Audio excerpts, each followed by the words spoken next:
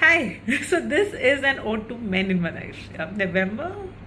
Okay, so I don't think we appreciate the men enough, but I think it's time. And not necessarily wrapped into a relationship, it's just how the way we encounter men in our life. So 90% of my life is at work, and men end up being in my life in two, three forms. Either they are mentors or in a boss kind of a scenario, somebody who's a decision maker, or they're allies, or they're peers, or they're people who I work with as teams. So in all these three roles, the men who are more of the bosses, mentors are kind. They give you feedback, but I find the feedback really constructive over a period of time. They kind of call you out in your bullshit. They keep you straitjacketed, so that's one great thing.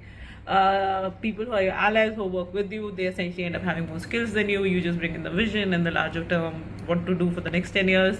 They have the capacity to kind of go with the vision at most times, and that also their hard work is very inspiring. There is a sense of care also because they realize that you may be kind of taking the brick back and the negativity on their behalf sometimes, and there is that genuine care that I see the men bring in at all times. So that caring that men bring in, I think that needs to be appreciated. Secondly, then there is men that you meet in social settings. So in my life, again, social settings are either work social settings, so that's like a conference or whatever. What I've realized is that I do get a lot more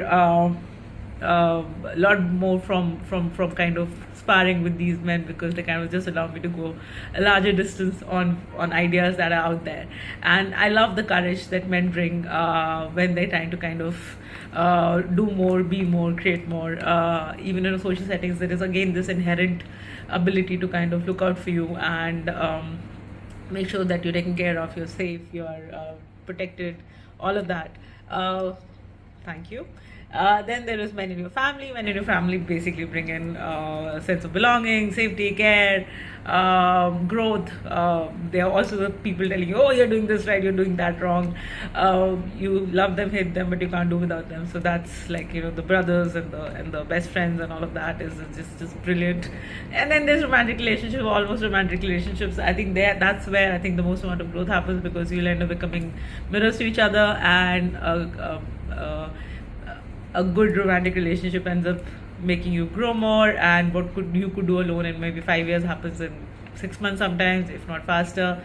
The ability to have the tough conversations with men is somehow easier because they tend to be more forgiving, is what I feel. But like I said, this is a note to the men in my life, and have a lot of them. And in my life, I also have artistic partners. So I have people who I create with, who I do art with, who I do emotional expression with, and these are my most favorite men. I love these men. And I love men who can go into their emotions. I love men who can creatively express themselves. I love men who are not scared of just going deeper. And I have a few of them in my life, and those are the ones who have the most impact on them.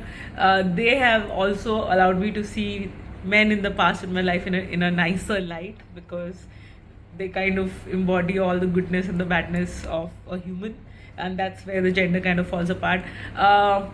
They also teach you that gender doesn't matter, and while that doesn't matter, I think it's important to tell the men in life that they matter and they're really important to us and we can't do without them.